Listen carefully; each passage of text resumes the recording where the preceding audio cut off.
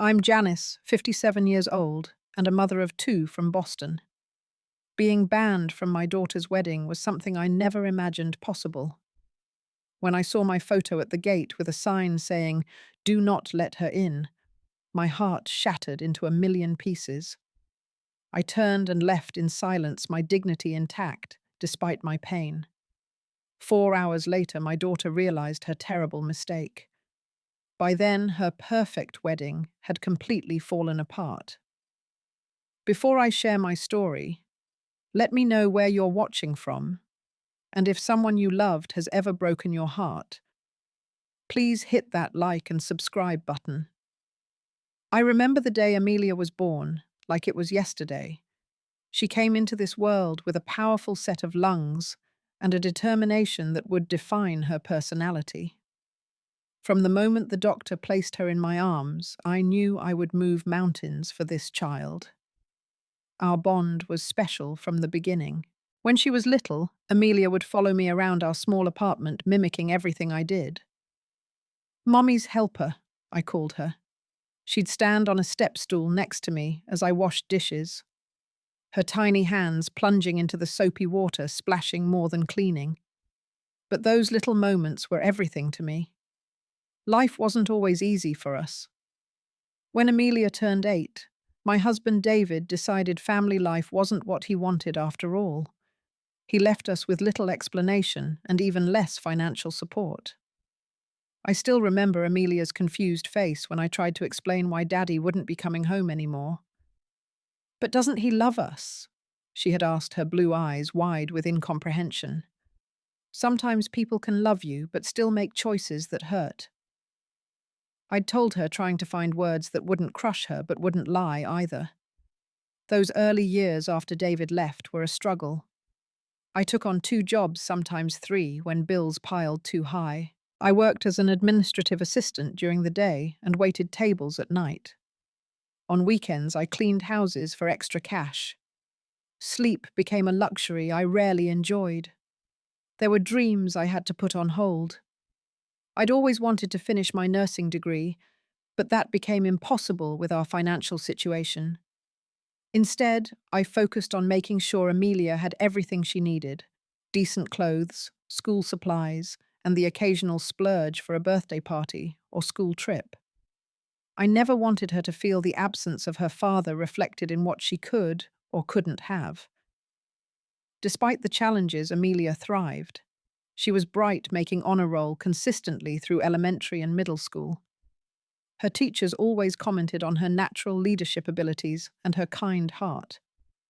I swelled with pride at every parent-teacher conference. Our evenings had a sacred routine.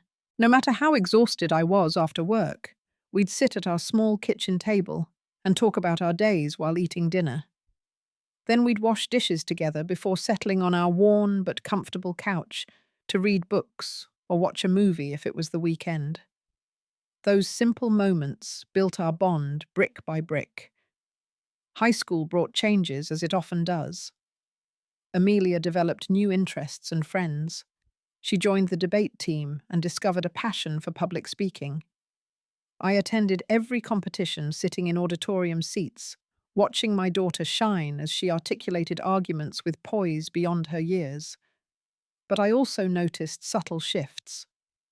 As Amelia entered her junior year, she became more conscious of our financial limitations. She started noticing classmates' designer clothes and vacations to exotic locations.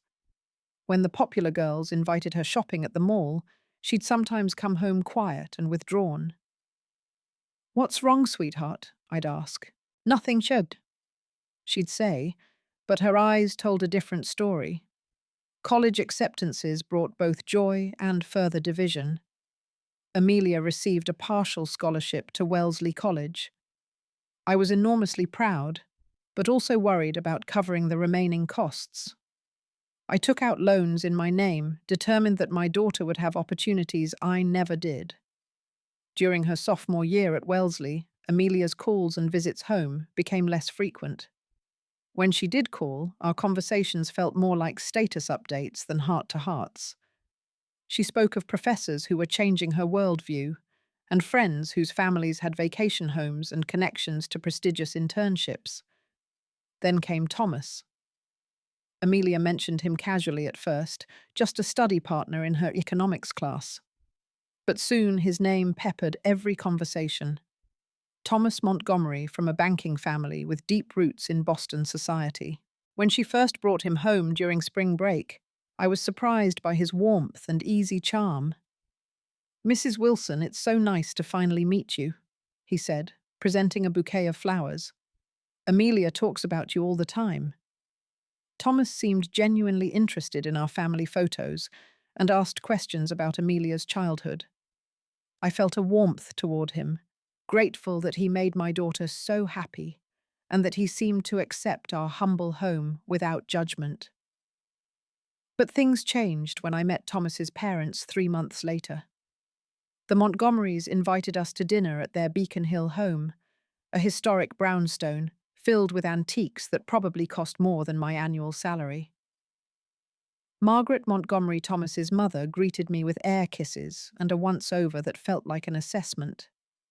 "Janice, what a simple outfit. How refreshing to see someone so unpretentious," she said, her smile not reaching her eyes. Throughout dinner, Montgomery made subtle comments about my simple lifestyle. "It must be so interesting raising a child all alone. And how quaint that you've managed on your own all these years."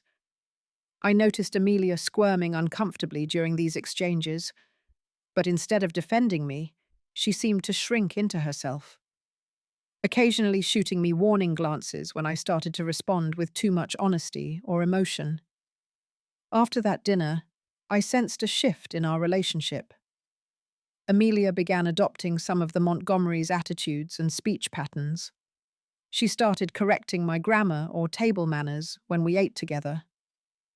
"Mum, you're supposed to work from the outside in with the silverware," or "it's whom, not who," in that sentence. Each correction felt like a tiny paper cut, minor on its own, but painful in accumulation. Still, I tried to maintain our connection. I'd text her funny memories or photos from her childhood. I'd mail care packages with her favorite homemade cookies. Sometimes she'd respond with warmth, reminding me of our old closeness. Other times her replies were perfunctory, as if I were an obligation rather than her mother. I held on to memories of us baking together in our kitchen flour, dusting our noses as we laughed. Or the time when 12-year-old Amelia had stage fright before her first debate competition. And I held her hands, looking straight into her eyes, saying, "You've got this, my brave girl." She'd squared her shoulders, nodded, and went on to win first place. But as Thomas became a more permanent fixture in her life, those memories seemed to fade in importance, for Amelia at least. For me, they remained lifelines to a relationship I was watching slowly transform before my eyes. The engagement announcement came via a group text. Not even a phone call. Just a photo of a diamond ring that looked worth more than my car with the caption, "She said yes, wedding planning begins." I called Amelia immediately, pushing down the hurt of not hearing the news first. "Congratulations, sweetheart. I'm so happy for you," I said, meaning it. Despite everything, all I've ever wanted was her happiness. "Thanks, Mum," she replied, sounding distracted. "The Montgomerys are already talking about venue options.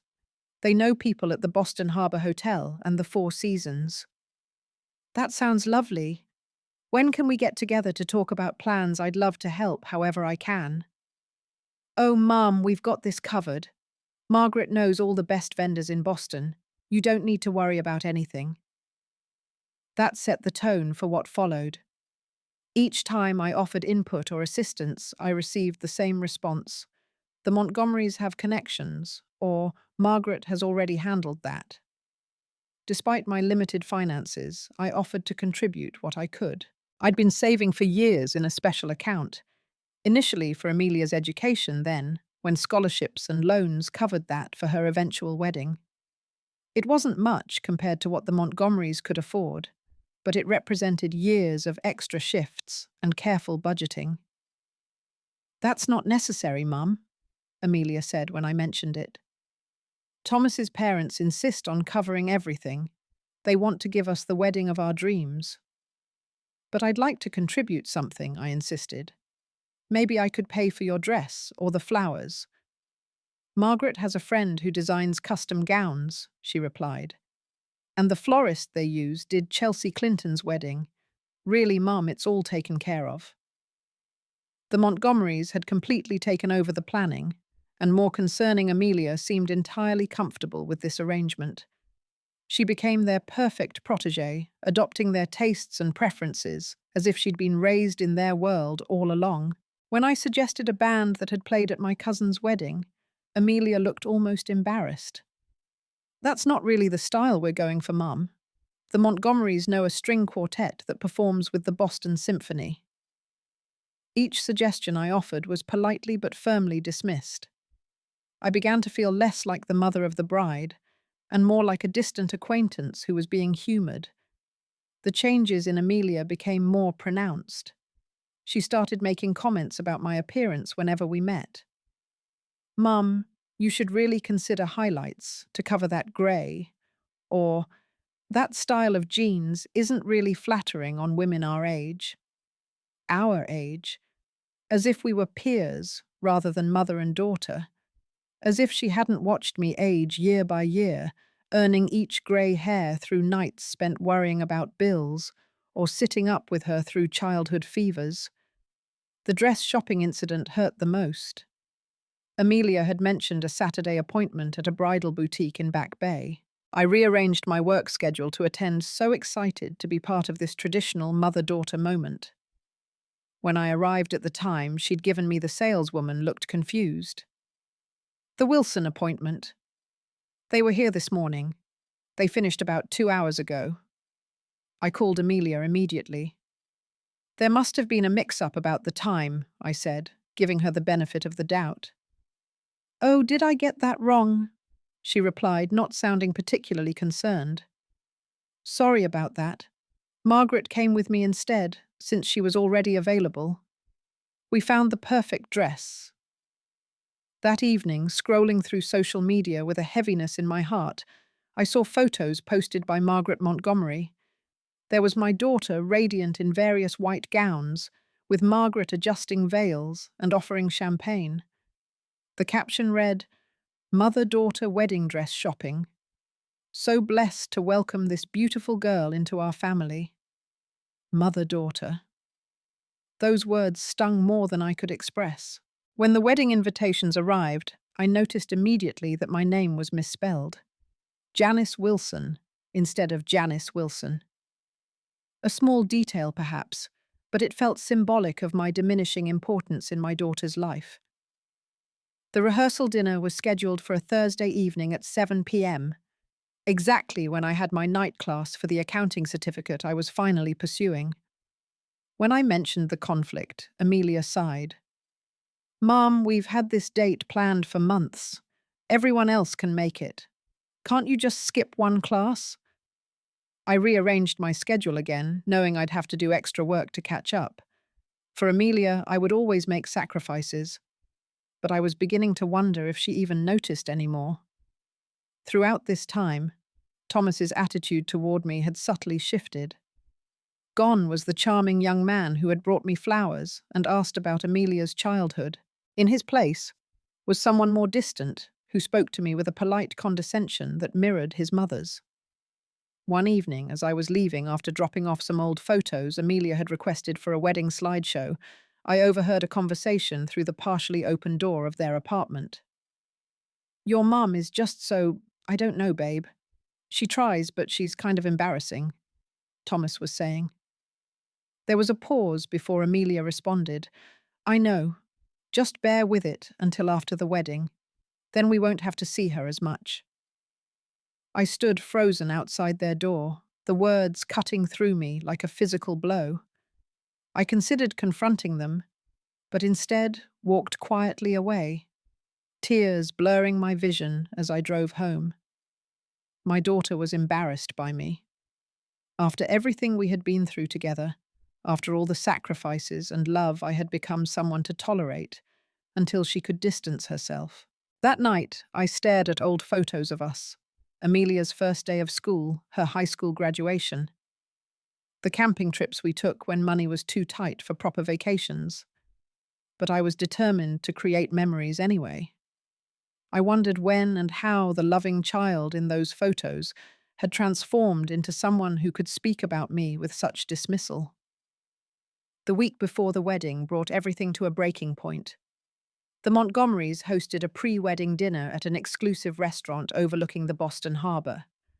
I'd spent nearly a week's pay on a new dress for the occasion, wanting to fit in as best I could for Amelia's sake.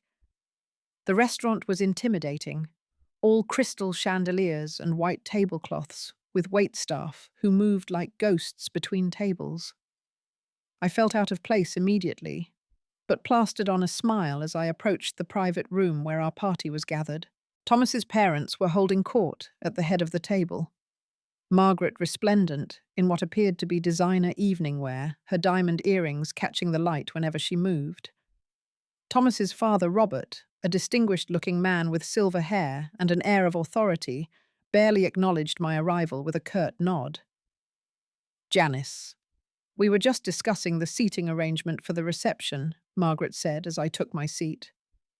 We've placed you at table 7 with some of Thomas's distant relatives. I hope that's all right. Not at the family table. The implication was clear. Table 7 sounds fine, I replied, trying to maintain my dignity. Throughout dinner, Margaret kept making what I now recognized as her specialty, backhanded compliments designed to subtly undermine.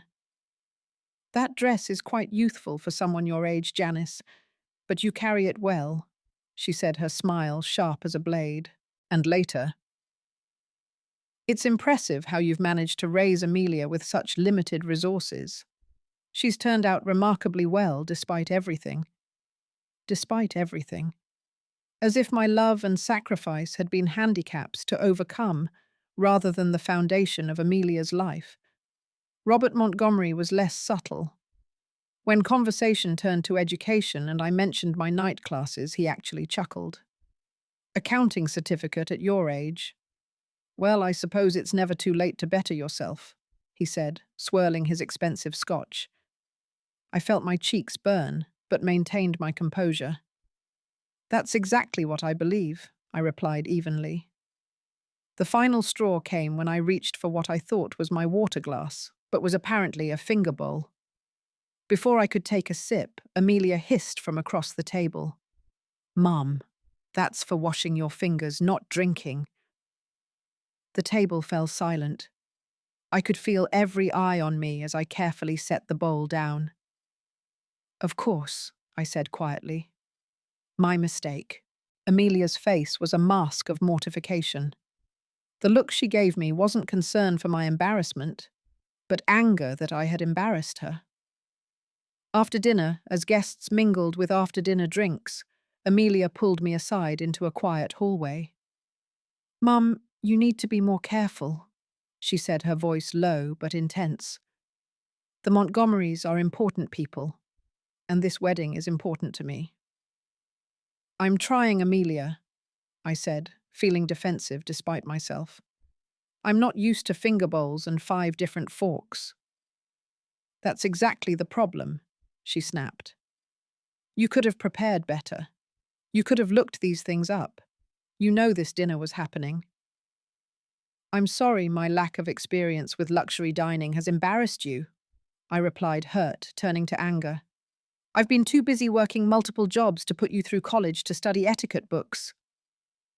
Amelia's face hardened in a way I'd never seen before. That's not fair. You always do this. Make me feel guilty for wanting more than what we had. I'm trying to build a better life, Mum. A better life than the one I gave you? Is that what this is about? I asked, my voice cracking despite my efforts to stay calm. You don't understand. You never had what I have now. The opportunity to be part of something important. Her words hit me like a physical blow. Something important. Amelia, our family, was important. Our love was important. Maybe we didn't have money or connections, but we had each other. That's just it. We only had each other because Dad left, because you couldn't keep him. And then it was just struggle after struggle. The moment the words left her mouth, I could see a flicker of regret in her eyes, but she didn't take them back. I stepped away from her, suddenly needing physical distance. I see, I said quietly. I'm sorry that the life I worked so hard to provide for you was such a disappointment. Mom, I didn't mean— Yes, you did, I interrupted. You meant every word. And now I understand why I'm at table 7 instead of with family. Amelia's expression shifted to one of frustration. If you're going to be at the wedding, you need to promise you'll behave properly. No making scenes, no talking about our financial struggles, or Dad leaving no embarrassing stories from my childhood. Can you promise that the implication of if wasn't lost on me? My presence at her wedding had become conditional. I would never deliberately embarrass you, Amelia. I'm your mother, I said, my voice barely above a whisper. She nodded stiffly. Good. I should get back to the guests. And with that, she walked away, leaving me alone in the hallway. The drive home that night was a blur of tears. I barely remember navigating the familiar streets back to my apartment. Once inside, I collapsed onto my sofa, still in my expensive new dress, and let myself break down completely. Sobs racked my body as I mourned not just the state of my relationship with my daughter, but the realization that she was ashamed of her upbringing, ashamed of me. Everything I had done, every sacrifice I had made, had become something to overcome in her eyes, rather than the foundation of love I had intended. My phone rang around midnight. Seeing Amelia's name, I took a deep breath before answering. Mum. Her voice sounded smaller, perhaps regretful. Yes, I'm here, I replied, trying to keep my voice steady. About tomorrow, the rehearsal. Mrs. Montgomery wants everyone to wear pastel colors. Could you make sure your outfit fits the theme? No apology, no acknowledgement of our earlier confrontation. Just another demand, another way I might embarrass her if not properly managed. I'll find something appropriate, I said. And Mom, remember what we talked about. This is really important to me and Thomas. I understand, Amelia. I'll be on my best behavior. I paused, then added, I love you. There was a slight hesitation before she replied, Love you too. Good night.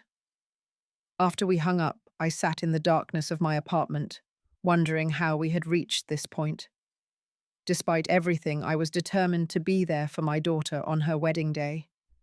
I would swallow my hurt and pride because that's what mothers do. I would be perfect, unobtrusive, and proper, whatever it took to support Amelia on her special day. Little did I know what the next day would bring. The morning of Amelia's wedding dawned bright and clear, one of those perfect June days that brides dream about. I woke early after a restless night, giving myself plenty of time to prepare. I wanted everything to be perfect, to give Amelia no reason to be anything but happy on her special day. I spent extra time on my appearance, applying makeup carefully to hide the signs of last night's tears. I styled my hair the way Amelia had once mentioned looked most presentable. The pale blue dress I'd chosen fit Margaret Montgomery's pastel dress code and was the most expensive garment I'd bought in years, another week's salary spent trying to meet impossible standards. On my dresser sat the small jewelry box containing my gift for Amelia, a pair of pearl earrings that had belonged to my grandmother. They weren't designer or particularly valuable in monetary terms, but they carried the weight of family history. They were something old, something borrowed. I'd written a heartfelt note to accompany them, expressing my love and hopes for her future. Despite everything, I wanted her to have a piece of our family history with her as she started this new chapter. The drive to the venue, an exclusive country club in the suburbs, took nearly an hour. I rehearsed small talk in my head, determined to say nothing that could be construed as inappropriate or embarrassing. I would be polite, reserved, and dignified. I would make Amelia proud, or at least not ashamed.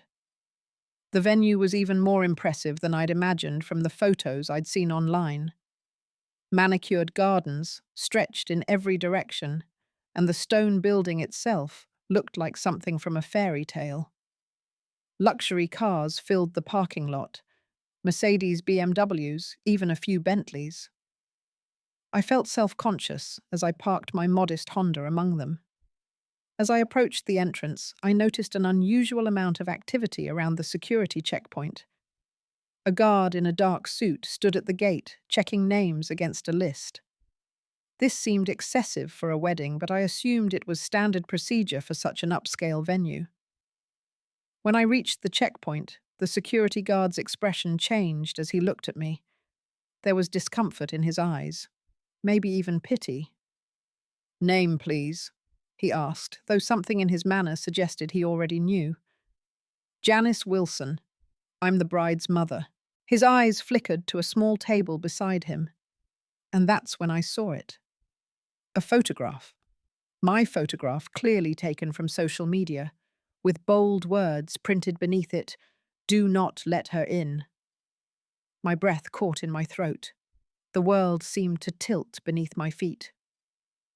"I'm sorry, ma'am," the guard said, genuine regret in his voice. "I have specific instructions not to allow you entry." I stared at the photo, unable to process what I was seeing. My own daughter had not just excluded me from her wedding. She had taken active steps to ensure I would be turned away if I tried to attend. The public humiliation of it, the deliberate cruelty, was almost beyond comprehension. "There must be some mistake," I said, my voice sounding distant to my own ears. "I'm afraid not, ma'am." The instruction came directly from the bride and groom's families. He lowered his voice, adding, "For what it's worth, I think it's wrong. I'd never do this to my own mother." Through the large windows of the country club, I caught a glimpse of activity inside. And there was Amelia, looking radiant in her wedding dress, laughing with Margaret Montgomery as they adjusted something on her veil. She looked happy, carefree, unburdened by the fact that she had just barred her own mother from her wedding. In that moment, I could have created a scene. I could have pushed past the guard, marched into that venue, and demanded an explanation in front of all those society guests. I could have exposed the cruelty behind the perfect facade. But I didn't. Something in me, pride perhaps, or a deeper dignity, refused to give them the satisfaction of seeing me break down. "I understand," I said to the guard, straightening my shoulders. "Thank you for your time." I turned and walked back to my car, feeling oddly calm despite the hurricane of emotions inside me. My hands didn't even shake as I placed the jewelry box with the pearl earrings and my note in the venue's mailbox before leaving. The drive home felt surreal. I was still dressed in my carefully chosen outfit, my hair and makeup still perfect, as if I were playing a role in a performance that had been suddenly cancelled. My mind kept replaying moments from Amelia's childhood, her first steps toward me, arms outstretched, her proud smile when she showed me a good report card, the way she used to fall asleep against my shoulder during movie nights. Had I imagined the love in those moments? Had she always seen me as something to overcome, to be ashamed of my son? James called as I was nearing home. I let it go to voicemail, unable to trust my voice to remain steady if I answered. How could I tell him what had happened? How his sister had not just excluded me, but had gone to such lengths to ensure I was kept away. By the time I reached my apartment, the numbness was wearing off, giving way to waves of pain so intense they were almost physical. I sat in my parked car for a long time, unable to summon the energy to go inside, still dressed for a wedding I had been banned from attending. The cruelest part was knowing that right now Amelia was probably walking down the aisle beginning her new life, without even a backward glance at the woman who had given everything to raise her. And her in-laws were likely congratulating themselves on having successfully removed the embarrassing element from their perfect society wedding. What I didn't know then was how quickly things would unravel, or that in just a few hours Amelia would be at my door still in her wedding dress, faced with the consequences of her choices. The first indication that something had happened came around 3 p.m., when my phone started buzzing repeatedly with texts from James. "Mom, where are you? Did your car break down?" "Mom, people are asking where you are. Call me ASAP." "Mom, something weird is going on. Call me now." I couldn't bring myself to respond. The thought of explaining what had happened, of saying the words out loud, was still too painful. Around 4 p.m., there was a pounding on my apartment door. When I opened it, James stood there, still in his groomsman's suit, his face a mask of fury. "What the hell happened, Ver?" he demanded, pushing past me into the apartment. "Why weren't you at the wedding, and why didn't you answer my calls?" I gestured helplessly to my outfit. I tried to go. They had security turn me away. There was a photo of me at the entrance with instructions not to let me in. James stared at me in disbelief. Then his expression hardened. "Those Montgomerys," he spat. "I knew something was off when I saw how they treated you at the rehearsal dinner. But this is another level." "It wasn't just them," I said quietly. "Amelia had to have agreed to it." James ran a hand through his hair, pacing my small living room. "That's the thing, Mum. I'm not sure she knew exactly what they were planning. At least not all of it." He explained that he'd overheard a conversation between Thomas and his father right before the ceremony. Robert Montgomery had been congratulating his son on handling the situation discreetly. "We convinced her it was for the best," Thomas had said. "She was upset at first, but I reminded her how her mother embarrassed us at dinner last week. That was enough to get her to agree." "Agree to what, I wonder?" James had asked, making his presence known. The men had clammed up immediately. "It wasn't until I saw you weren't there that I put it together," James told me now.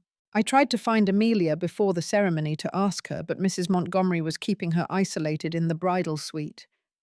She claimed it was tradition, but I think she was making sure no one told Amelia what they'd done." As James was talking, my phone began ringing again. Friends and extended family who had attended the wedding were calling, probably having heard by now what had happened. I let the calls go to voicemail, not ready to discuss it with anyone beyond James. "The worst part," I said, finally giving voice to what hurt the most, "is that I could see Amelia through the window. She looked so happy laughing with Mrs. Montgomery.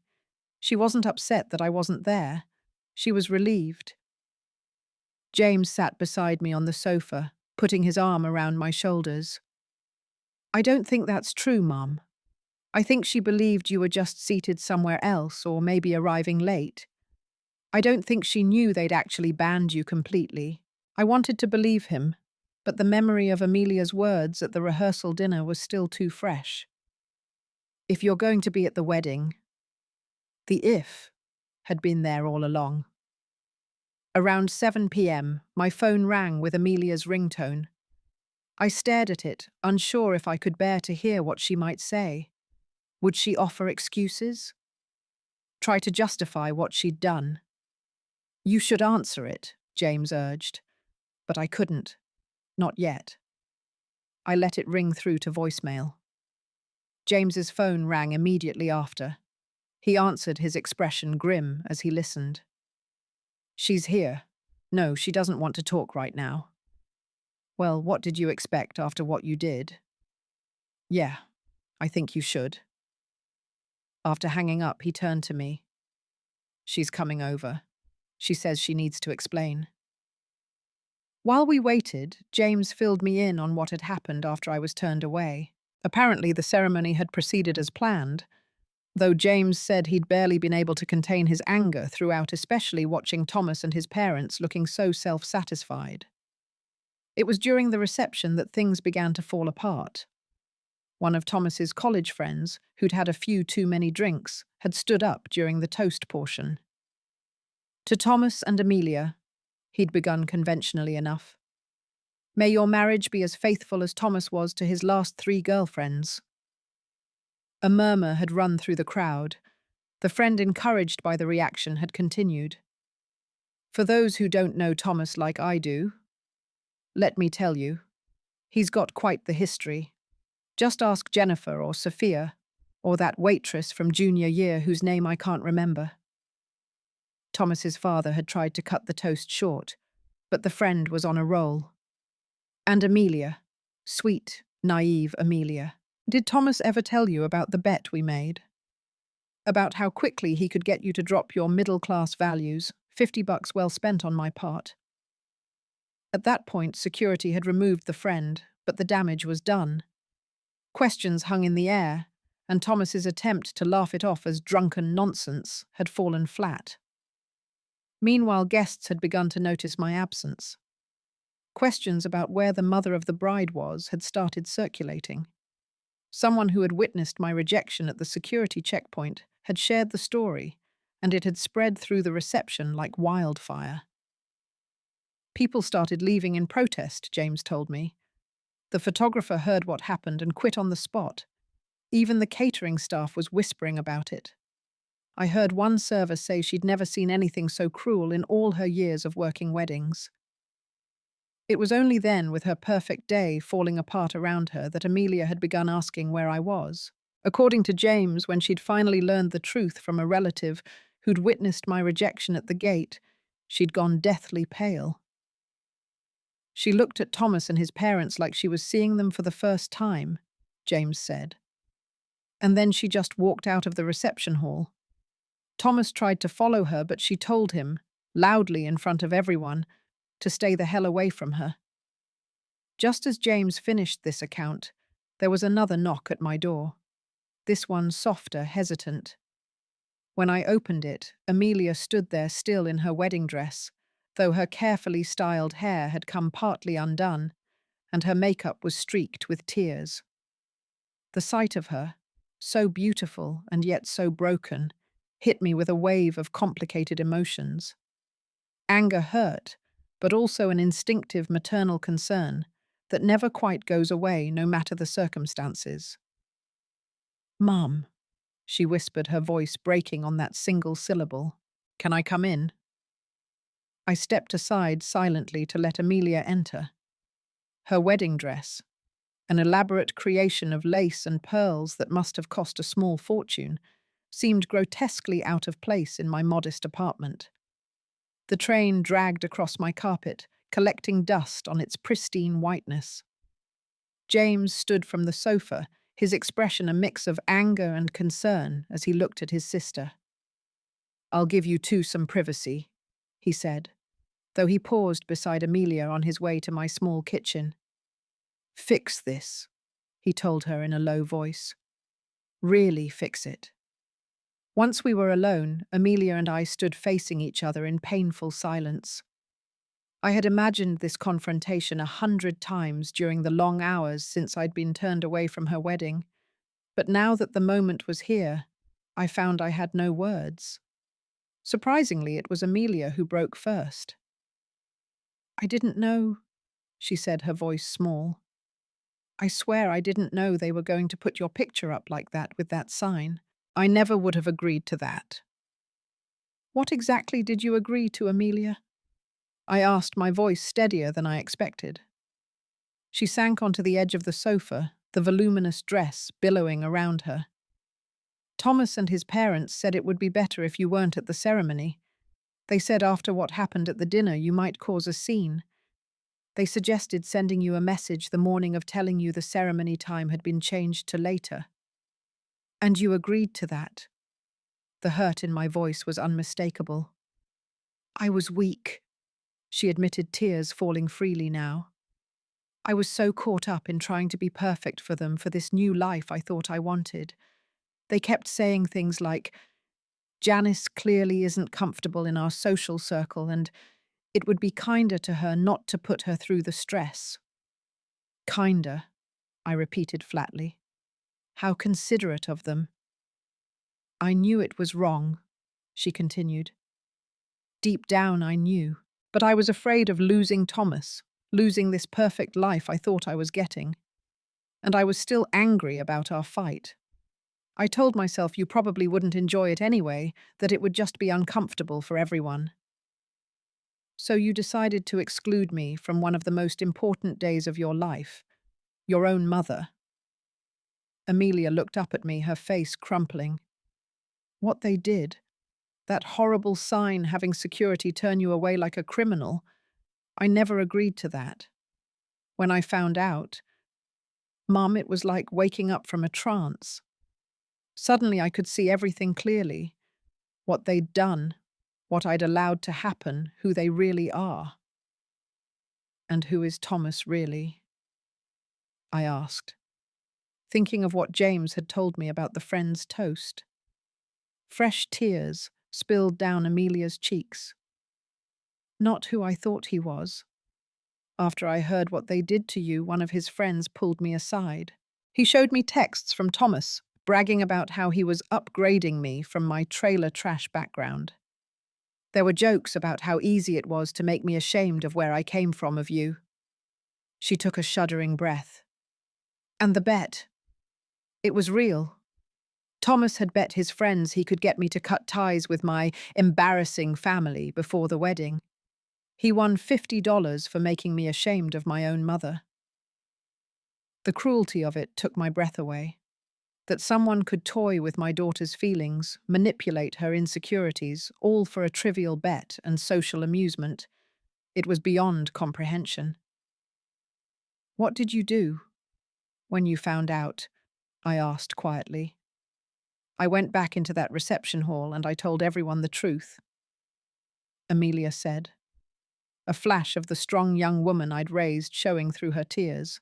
I got up on that stage where we were supposed to have our first dance, took the microphone and told every single guest what the Montgomerys had done, how they'd banned my mother, the woman who raised me alone and sacrificed everything for me. She straightened her shoulders slightly, continuing. I told them about all the nights you worked double shifts to make sure I had everything I needed, how you sat up with me when I was sick, how you never missed a single school event, even when you were exhausted. I told them that while Mrs. Montgomery was busy with her charity lunches, my mother was showing me what real character looks like. I could almost picture it. My daughter still in her wedding gown, finally speaking her truth to a room full of stunned society guests. Thomas tried to stop me, she went on. He grabbed my arm and said I was embarrassing everyone. And I looked him straight in the eye and said, no, you've embarrassed yourselves by showing exactly who you are. Then I took off his ring, placed it in his champagne glass, and walked out. Under different circumstances, I might have felt a surge of pride at her display of strength and self-respect. But the damage had already been done. The betrayal had already occurred. Why did you let it get this far, Amelia? I asked the question that had been burning in me all day. When did I become something to be ashamed of? After everything we've been through together? Amelia's face crumpled again. I don't know, she whispered. It happened so gradually. At first it was just wanting to fit in with Thomas's world. Then it became about not wanting to disappoint him. The Montgomerys were always making these little comments, chipping away at my confidence, making me feel like I had to prove I deserved to be in their circle. She wiped at her tears, leaving streaks of mascara across her cheeks. I started seeing myself through their eyes. And then I started seeing you through their eyes too. Instead of being proud of all you'd overcome, I became embarrassed by what you hadn't achieved by their standards. It was like I was brainwashed. That's no excuse, I said, my voice hardening. You're an adult, Amelia. You made choices that hurt me deeply. I know, she acknowledged. And I'll have to live with that for the rest of my life. I betrayed the one person who has always been there for me, who has always loved me unconditionally. I don't expect you to forgive me right away, or maybe ever, but I needed you to know that I'm sorry. So deeply, truly sorry. James emerged from the kitchen, then having clearly been listening. So what happens now? He asked, looking between us. Amelia shook her head, looking lost in her enormous white dress. I don't know. I've called off the wedding, obviously. I left all my things at the apartment I shared with Thomas. I can't go back there. You can stay with me tonight. James offered his anger toward his sister, softening slightly in the face of her genuine remorse. After that, we'll figure it out. I remained silent, still processing everything. Part of me wanted to take my daughter in my arms to comfort her as I had done since she was small. But another part held back the wound, still too fresh, the betrayal too profound. Mum. Amelia looked at me, a plea in her eyes. I know I don't deserve your forgiveness yet, but please tell me there's hope that someday, that we can find our way back from this. I met her gaze steadily. I have always loved you, Amelia. That hasn't changed. But trust once broken isn't easily rebuilt. We have a long road ahead of us. She nodded, accepting this. I understand, and I'll do whatever it takes and for as long as it takes. As she and James prepared to leave, Amelia paused at the door. I got your gift, she said softly. The pearl earrings. I was wearing them today, even though everything else went wrong. They were the only thing that felt right.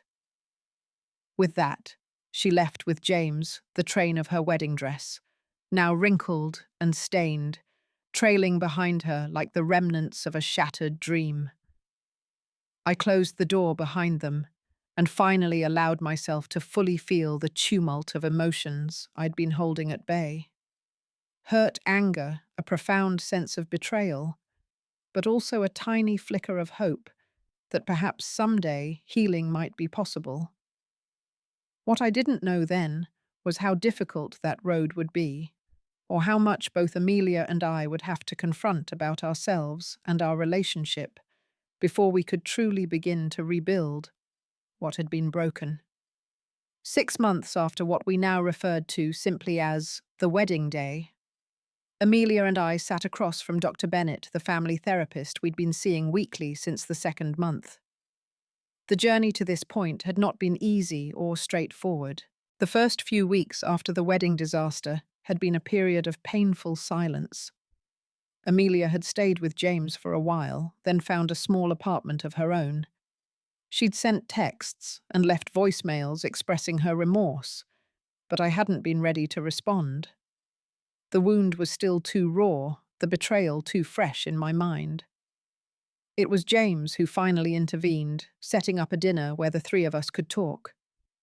That first meeting had been awkward, filled with long silences and carefully measured words, but it had been a start. I've been thinking about our progress, Dr. Bennett said, now looking between Amelia and me. When you first came to me, you could barely be in the same room without tension. Today, I see two women who are genuinely trying to understand each other. Amelia nodded, tucking a strand of hair behind her ear. She looked different now, simpler, more like the daughter I remembered before Thomas and the Montgomerys. Gone were the expensive highlights and designer clothes. She'd returned to her natural brown hair and a more modest style of dress. It hasn't been easy, Amelia admitted. Facing what I did, who I became, it's been the hardest thing I've ever done. And for you, Janice, Dr. Bennett prompted gently. I took a deep breath. Learning to trust again has been challenging. There are still moments when I remember standing at that security checkpoint, seeing my photo with that sign, and the pain feels as fresh as if it just happened. Therapy had helped us establish some difficult truths. For Amelia, it meant confronting her deep-seated insecurities and the ways she'd allowed herself to be manipulated. For me, it meant acknowledging that perhaps I had sometimes leaned too heavily on Amelia emotionally after her father left, unconsciously placing burdens on her young shoulders that weren't hers to bear. One breakthrough came about 3 months in, when Amelia discovered my old journals while helping me clean out a closet. I'd kept detailed accounts of our life together. The financial struggles, yes, but also the moments of joy and triumph, the fierce love that had carried me through the hardest times. I had no idea, she'd said, tears streaming down her face as she read entries from when she was in middle school. You write about skipping meals so I could have new shoes for the debate competition, about working overtime for weeks to afford that science camp I wanted to attend. You weren't supposed to know those things, I'd told her. That was my job as your mother, to worry about the how so you could focus on growing and learning. That discovery had shifted something fundamental between us. Amelia began to see our past not as something to escape from, but as a testament to resilience and love. I've been thinking a lot about authenticity, Amelia said now in Dr. Bennett's office. About the difference between relationships based on appearances versus those based on genuine care. The Montgomerys and Thomas, they were all surface. When things got difficult, there was nothing real underneath to hold on to. She looked at me directly. But with you, Mum, even in our worst moments, there was always something real, something true. Thomas had tried to contact Amelia multiple times after the wedding day, at first with anger, then with cajoling promises that they could work things out and put this unfortunate incident behind them. When those approaches failed, he'd resorted to gifts and grand gestures.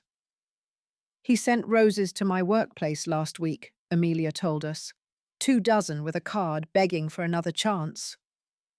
What did you do? I asked, curious despite myself.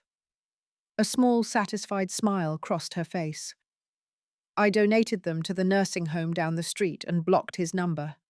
Again, this new version of my daughter, stronger, more self-aware, more like the person I'd raised her to be, was gradually helping heal the breach between us. One of the most unexpected developments had been a visit from Margaret Montgomery herself, 3 months after the wedding. She had appeared at my door one Sunday afternoon, looking considerably less polished than the last time I'd seen her. My mother found out what we did, she'd said without preamble. My 80-year-old mother heard the story from a friend whose grandson was at the wedding.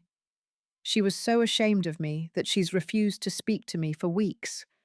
She said no true lady would ever treat another mother that way. The great Margaret Montgomery humbled by her own mother's disapproval. There was a certain poetic justice in it. I'm not here to ask forgiveness, she'd continued. What we did was unforgivable. I'm here because my mother insisted I face you and acknowledge the wrong I did to you. It hadn't been a particularly satisfying apology, but it had provided a certain closure. James had been our rock throughout the healing process. He'd shuttled between us in those early days, when communication was still difficult. He'd reminded us both of our better natures, when hurt and anger threatened to overwhelm our progress. And he'd celebrated each small step forward with genuine enthusiasm. As for me, I'd made changes too. With the encouragement of both my children, I'd finally completed my accounting certificate and secured a better-paying job with regular hours. I'd even started dating again. Nothing serious yet. But it felt good to be seen as a woman with her own desires and dreams, not just as someone's mother. I've been thinking about taking that non-profit management course at the community college, Amelia said as we left Dr. Bennett's office. The one that works with underserved communities. It was a far cry from her former ambitions of climbing Boston's social ladder, but she seemed genuinely excited about it. After leaving her marketing job at the firm Thomas's father had connected her with, She'd started volunteering with a family support organization similar to one that had helped us when she was young. 2 weeks later, Amelia and I took a weekend trip to Cape Cod, our first vacation together in years. Walking along the beach one evening, bundled against the November chill, Amelia asked a question that caught me off guard. Do you think we would have found our way back to each other if the wedding had gone through? If I had married Thomas? I considered this carefully. I don't know, I answered honestly. The Montgomerys were very effective at creating distance between us. And Thomas, he seemed determined to separate you from your past. I was so stupid, she said softly. Throwing away something real for something that was just an illusion. I took her hand as we walked. Not stupid, young, insecure, looking for validation in the wrong places. We all do it in different ways. How did you get so wise? She asked with a small smile. The hard way, I replied. Just like everyone does. 6 months to the day after the wedding that never was, James organized a small family dinner at his apartment. As Amelia and I helped him in the kitchen, there was an ease between us that felt both familiar and new. The comfort of our old relationship, combined with the deeper understanding we'd forged through our recent struggles. During dinner, Amelia raised her glass in a toast. To my mother, she said, her eyes meeting mine across the table, who taught me that real love isn't about status or appearance or fitting some artificial mold. It's about showing up day after day, even when it's hard, especially when it's hard. And to second chances, James added, raising his own glass. And the courage to admit when we're wrong. As I looked at my 2 children, both adults now both finding their own paths, I felt a profound sense of peace. The journey hadn't been easy. There had been moments when I wasn't sure if Amelia and I would ever truly reconnect. But sitting there in that moment, I knew that what we had rebuilt was stronger than what had been broken. True relationships, the ones worth fighting for, aren't conditional. They don't require perfection or conformity to someone else's standards. They're messy and complicated and sometimes painful, but they're also real. And in the end, that reality is worth more than any fairy tale wedding or social status could ever be. Have you ever had to rebuild trust with someone you love? It's one of life's most challenging journeys, isn't it? If my story resonated with you, please hit that like button and share it with someone who might need to hear it. Subscribe to hear more stories of healing and growth, and leave a comment about a time when forgiveness changed your life. Thank you for listening to my story, and remember, real love sees all your imperfections and loves you anyway. Until next time.